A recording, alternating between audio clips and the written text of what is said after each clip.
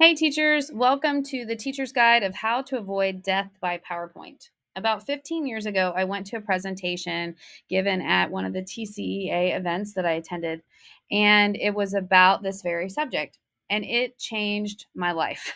I wish that I could remember the guy who presented it because I would absolutely give him credit. He was amazing, and his presentation was very similar to the one that I created here to mimic it, but he did have some different stuff in there that I don't remember.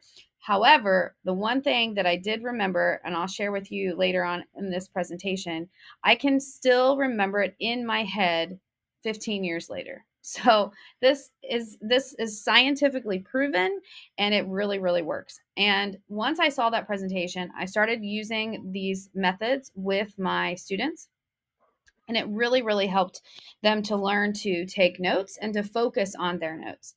So I wanted to recreate something, and about 3 or 4 years ago, I started looking for information on how to do it because I couldn't remember the guy who had presented at TCA. I found a TED Talk, which I'm going to show you a little snippet in this presentation. It's included, so that when you go over it with students, you can show them the science behind it and then break it down for them. Now, this presentation just gives you a little bit of hints on how to give the presentation if you want to do it yourself. I also have a recorded one that you can use with students if you want to pause it and interact with them. The thing is, though, it's a very interactive presentation, so it might be easier for you to give it to them versus showing them the video. I wanted to give you that choice, and so that's why I created both of these videos. All right, let's get started. How to avoid death by PowerPoint. How many of you have ever sat through a presentation and felt like this? You can kind of have a discussion with your students about this. I'm sure every one of them has felt at some point that when is this class going to end because this PowerPoint or this Google slide is so boring and there's 55 pages to go, right? We've all been in presentations like that where the slides are just read to us. We're kind of zoning out after we get done writing. And so we have a little discussion about that. Then I show them this short clip from the TED Talk about the science behind presentations. After that, we're going to break it down. So I start with this about trench warfare. I used to teach history. You can completely change this to make it more about your content. But whatever you do, make sure that you have several ideas on one screen. This was directly taken from an AP presentation that I would have given to my AP students. So I would have lectured this and they would have written it down while I was talking. Instruct your students to start taking the notes as you're talking. And as you're talking, fill in with a little, more snippets of things. Maybe tell a story, something else that's going to add to this. So as they're writing, they're also trying to focus on what you're saying as well. Obviously, I mean, after you watched the science behind it, you know that that's not going to work as well as if we weren't doing that, right? So I'm going to give them 3 or 4 minutes to get this written down, and then I'm going to go to the next slide. On this slide, it's going to be a big picture of one idea that I want them to really understand. So for this idea, trench warfare, we're going to talk about the conditions of the trenches and why trench warfare even started, right? So why did it happen? So I would talk about the new technology here. And I'm going to tell them to take notes as I'm talking about it, but give them, some time to do that. So I might start by saying, what do you see in this picture? What can we pull out? Why do you think that they needed to have trenches? And then eventually we'll get to the new technology, and we're going to talk about that idea. So this may take 3 or 4 minutes, but I'm only talking about one idea in relation to the picture. That's the important part. And they're writing it down, of course. If you have a lot of EB students in your class, you might need to refer them to the word wall because there might be words that they don't know how to spell. This is also a kind of difficult for EB kids because they don't necessarily always have the words. So if they're really a low EB kid and they're really still struggling with English, you might want to give them some fill in the blank notes as you're going through this slide.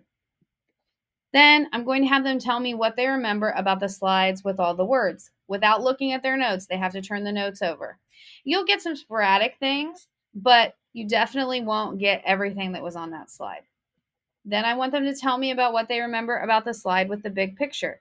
This one, they usually fill in with a lot more stuff that we talked about. Then I ask, which of the slides do you think is more effective? 98% of the time, they will always answer this one, unless you have some snarky students that are just trying to be difficult, right? But they can always remember more when it's connected to this picture and when I've only tried or only given them one idea per slide per picture. So then I will go into how you can avoid death by PowerPoint. And I have a note sheet that they can write these notes down so that when they are creating their presentations, they can refer back to their notes.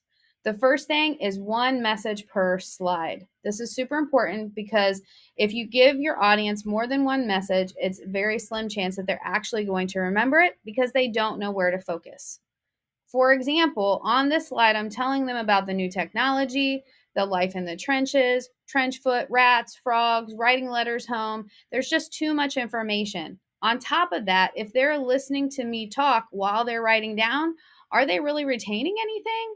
It's very difficult, right? We've all been in those classes where we're writing, and as soon as we get done, we sit back in our chair and we zone out until the next slide. I do it too. And so I know my students are doing it. Point number 2 is the redundancy effect. If you have sentences on the screen and you are speaking at the same time, the chances of your audience remembering any of it or most of it is very slim. Here's why. So then I would go to this example and I would tell the students, once again, write it down as I'm talking and I'm reading it to them. Now, they're not going to finish by the time I'm finished reading it, but that's okay. I'll still go on to the next one. And then I will say, all right, now I want you to write a new heading, supercar exterior. These are the things that I want you to remember about it. Flat free tires, xenon lights. And I'm going to talk about each one of those a little bit, but I'm going to let them write it down first. So I would say, write down flat free tires. And they're going to write that down. And then I would say, check out on this car how you can see, and kind of talk about it a little bit. What I'm doing is putting little short bits of text, the words that they're going to probably have problems spelling, onto this slide. I might explain aerodynamic and what that is in kid-friendly terms and have them write that down, or what air intake is. You don't have to go into a lot of detail here because this is just an example, but I wanted to use the supercar exterior with this because it kind of gives a little bit more of a picture instead of connecting it directly to curriculum. If you want to put your curriculum in there, that's completely fine. You can do it either way. But for this presentation, I chose to do it this way because when they create presentations, they're going to be doing different things other than the curriculum. But it's up to you however you're going to use it, so you can completely change it. The point is to have one slide that's all text and one slide that's a picture and very limited text.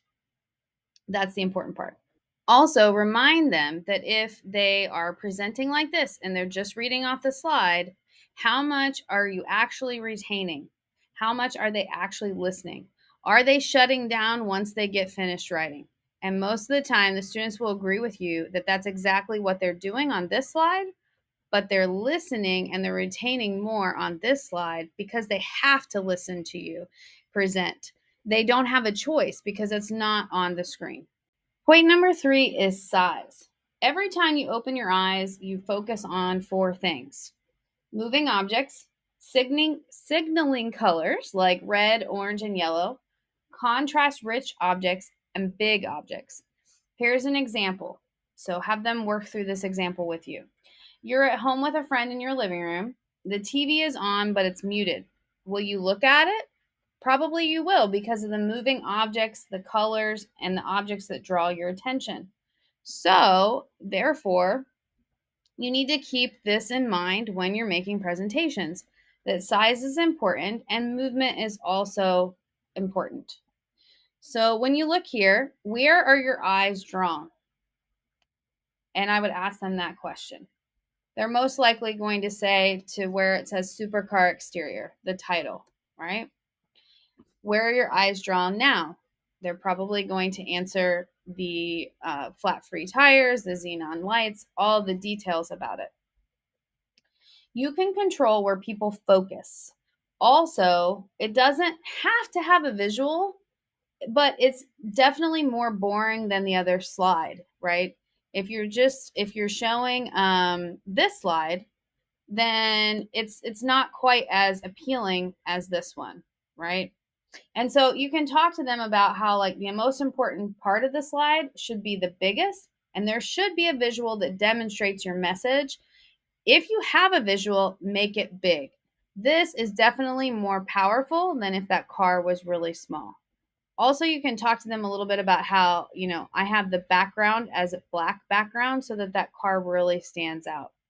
So you want to make the visual big and draw the eyes where you want them to go with the size of the object. So in this example, I want them to look at the image mostly.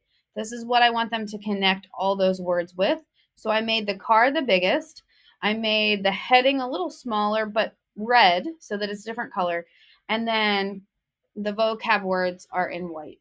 So they're over there and they can connect it with the picture. But that picture is the biggest thing, the first thing that pops up that they can see. The fourth concept that's really important is contrast. So, where are you going to focus? Contrast draws your focus. If I show you this slide, it's kind of hard to know where to look. You're kind of jumping all over with your eyes. But if I show you this slide, it helps you focus on where I want you to look, especially if you add transitions. Let me show you what it looks like with the slideshow. So as I'm saying, okay, this is the supercar exterior. These are the things I want you to remember about the exterior. It has flat free tires, and I might explain that a little bit. Xenon lights, top of the line. These lights will help you see in the darkest of night. And then you're going on, and every word that you want them to write down, every key vocab word will pop up on the screen and be animated. That helps me know exactly where I need to focus. So contrast with the colors as well as the words, super important. Also, if you have a white background, how hard is it to see the presenter? So talk to them about that. And as you're standing there, do you look at me or do you look at the screen? White is very distracting, and the person who is presenting doesn't stand out as much. You want the person that's presenting to be the presentation. That's the point of the person presenting, right? Not the presentation doing the presenting, but the person presenting. Black is not as distracting. It kind of pulls out those colors a little bit and helps you see, whereas right here I can't see the words as much as I can right on this black background. So colors are very important. Make sure that you're talking to them about that in regards to contrast. Colors and transitions, both important with contrast. The fifth part that's very important is objects. Objects also draw your focus. So, for example, with this slide, yet again, this is a lot, especially if there are 95 slides to go. All of these thoughts are just it's too much. So, here's a little test. Tell the students on the next slide, I want you to count how many of the circles there are on the screen and nod when you have them counted. So go over those directions with them. You want them to nod after they have them counted. And then you're going to flip this up on the screen. It takes about 2 to 3 seconds for them to count all of these objects. Then tell them to do the same thing for this one. This one takes about 1.2 seconds. And do the same thing for this one. This one takes about 0.2 seconds. And this is directly from the TED Talk. So this has 10 objects, nothing visual. Can we all agree that this is too many? And they will say yes. What can we do to reduce it?